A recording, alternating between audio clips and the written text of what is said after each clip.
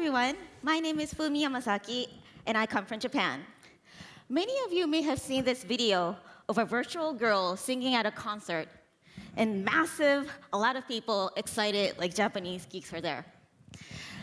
This video is from Japan, but it was in the media all around the world. The left one, these are newspapers in Mexico and Canada, and it was in the TV shows all around the world. It was in the online media. But sadly, these media did not cover the background about this phenomenon. So that's why I'm here to talk about it today. Hatsune Miku is a desktop music software made in Japan. Basically what it does was it samples the voice of an animation actress. And when the users use it, they put the lyrics and musical notes, and they can make this software, the girl, sing for you. So that's how the software works. I'm not here to explain about how the software works today. Rather, I'd like to explain how Miku, this character, became the seeds of the ecosystem of the creativity in the Japanese geek culture. So let me give you several examples. The first example is music. So as I explained, Hatsune Miku is a desktop music software. So a lot of people started creating music using this software. People who's never composed music in their whole life started making them. And basically, they were all amateurs. But some of these music were so good that they went into the CDs ranking like #1, and the karaoke ranking was dominated by these songs. So the red ones are made by Hatsune Miku or the sister softwares. So this is one of the songs. Can you hear?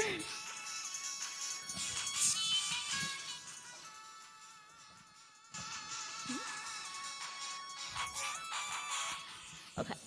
So this song became so popular that a lot of people started remixing it. So these dots that you can see in this chart are all remixes stemming from the music that you just heard.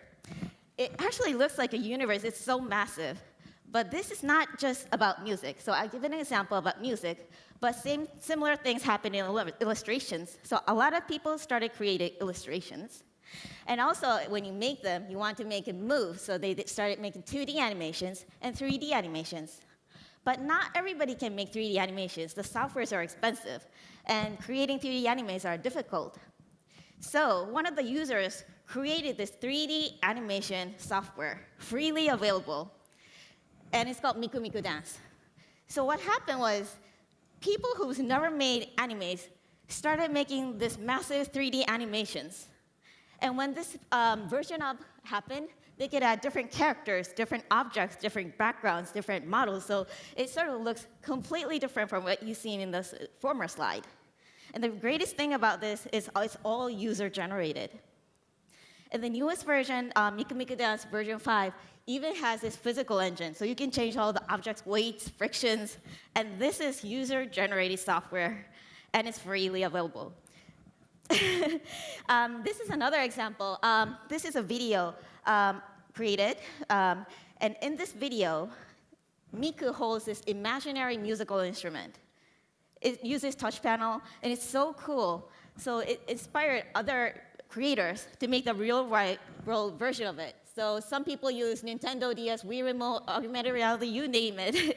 So they started using all these technology to make this real-world version. And this is a picture of an event when they all got together to showcase their real-world version imaginary musical instrument. It was cool. So what can we learn from this? What can we learn from this phenomena? I think the most important thing, the key thing, is about openness.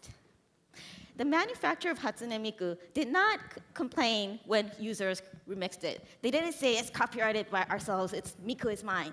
They invited the creators to make remixes.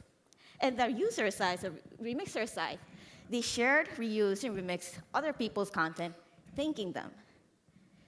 So they were able to build on top of other people's awesome creativity with love and respect. So I think the key thing about Japanese geek culture is they are building on top of other people with love and respect and flourishing this awesome culture. Thank you. Thank you so much, Fumi.